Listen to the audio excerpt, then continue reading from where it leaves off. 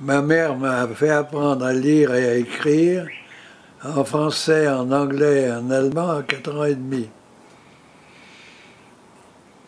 Elle m'enseignait le français et l'anglais. J'avais une dame qui venait pour l'anglais et une autre dame qui venait pour l'allemand. Ça m'amusait beaucoup. La comparaison entre les langues m'amusait. Parce que comme ce sont des langues indo-européennes, je voyais les passages.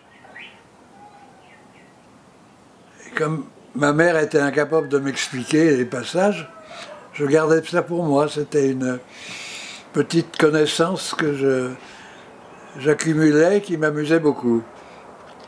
Parce que du français à l'anglais à l'allemand, il y a une grande partie du vocabulaire qui a la même origine, les mêmes racines.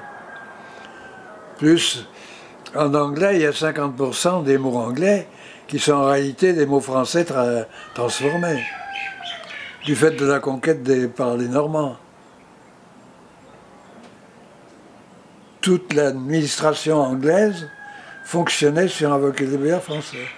J'ai jamais pu expliquer à mes copains d'école ce que je savais. J'ai jamais pu. Ils n'auraient pas compris. Ils se seraient sentis heurtés. Parce qu'ils n'avaient pas cette possibilité, ils n'auraient pas compris. C'est très difficile de... J'ai des copains qui ont fait toute leur scolarité avec moi au lycée, etc. Mais après, ils ont raté parce qu'ils ont voulu faire du théâtre, des trucs comme ça, des trucs à la mode. Et s'ils voyaient comme j'habite, comme je vis, ils ne comprendraient pas. Pourquoi pas eux et moi? C'est très difficile d'avoir une supériorité qu'on n'a pas gagnée, puisque c'est ma mère qui décidait, ce n'était pas moi. Dès que je regardais par la fenêtre des oiseaux, j'avais droit à un coup de règle sur les doigts. Ça marchait bien, ça. Mais comme ça m'amusait quand même, je n'étais pas du tout... Ça ne m'a pas donné de complexe. J'ai appris l'histoire sainte. Elle m'a donné un livre assez ancien qui avait une édition anglaise, une édition française et une édition allemande. J'ai appris l'histoire sainte dans l'édition allemande, mais c'était les mêmes illustrations dans chaque édition.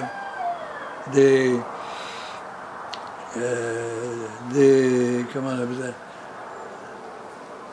Des gravures sur bois. Des belles gravures sur bois, moi je les ai encore dans... Je les vois encore. Et alors il y avait, vous savez, le ziggurat, la pyramide à haut degré assyrienne. Alors il y avait ce qui m'intriguait, c'était les jardins suspendus. Je ne comprenais pas ce que c'était qu'un jardin suspendu. Et personne n'était foutu de m'expliquer. J'ai gardé ça, cette interrogation, très longtemps. Qu'est-ce que c'est qu'un jardin suspendu? C'est des degrés, et à chaque degré, il y a un jardin.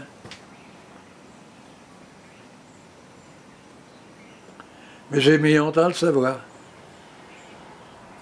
Ça m'a trotté dans la tête pendant des années, ce truc-là. Babylone. Les jardins suspendus de Babylone. Mais c'était marrant, c'était pas... Ça n'avait rien de tragique. Je n'étais pas malheureux à cause de ça, mais...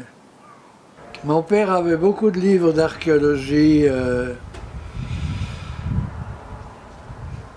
européenne et méditerranéenne.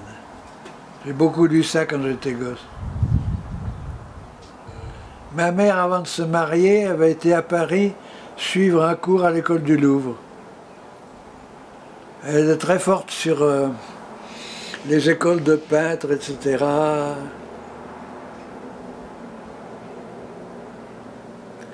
Et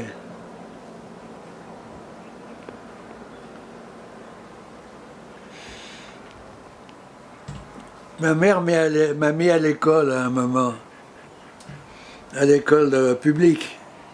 Elle mettait ses filles à l'école des bonnes sœurs. Et puis elle mettait ses garçons à l'école publique. Et je savais lire et écrire. Et mes copains à l'école, ils ne savaient pas lire et écrire. Ils ont mis 3 ans à apprendre. Moi, j'avais appris en 6 mois. Et alors, j'amenais un livre et puis je le lisais en classe. On m'avait mis derrière, à la fin de la classe, au bout. Et puis je lisais tranquillement pendant que les autres travaillaient. Alors un jour, l'instituteur est venu voir. Il a regardé le livre que je lisais. C'était l'histoire de l'Asie de Maspero. Le grand-père du libraire de gauche dans le 5e arrondissement. Et la librairie Maspero, qui est en bas du Boulmiche. Non, à gauche. Je vois pas. Je vois les... Vous voyez pas? Enfin, c'est très connu à Paris, la librairie Maspero. Mais le grand-père et le père de Maspero étaient des spécialistes de l'Asie. Le grand-père avait fait une histoire de l'Asie.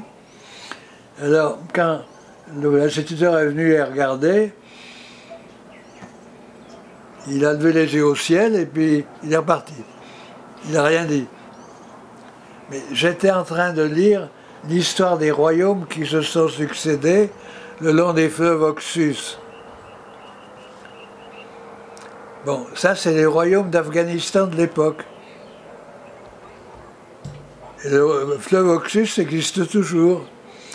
Et la guerre avec les talibans se fait le long du fleuve Oxus, entre autres.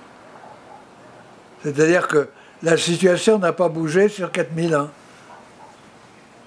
Ils sont encore en train de se faire la guerre aux mêmes endroits.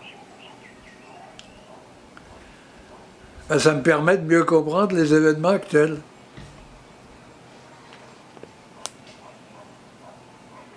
Et je n'avais aucun copain à l'école qui avait cette culture-là.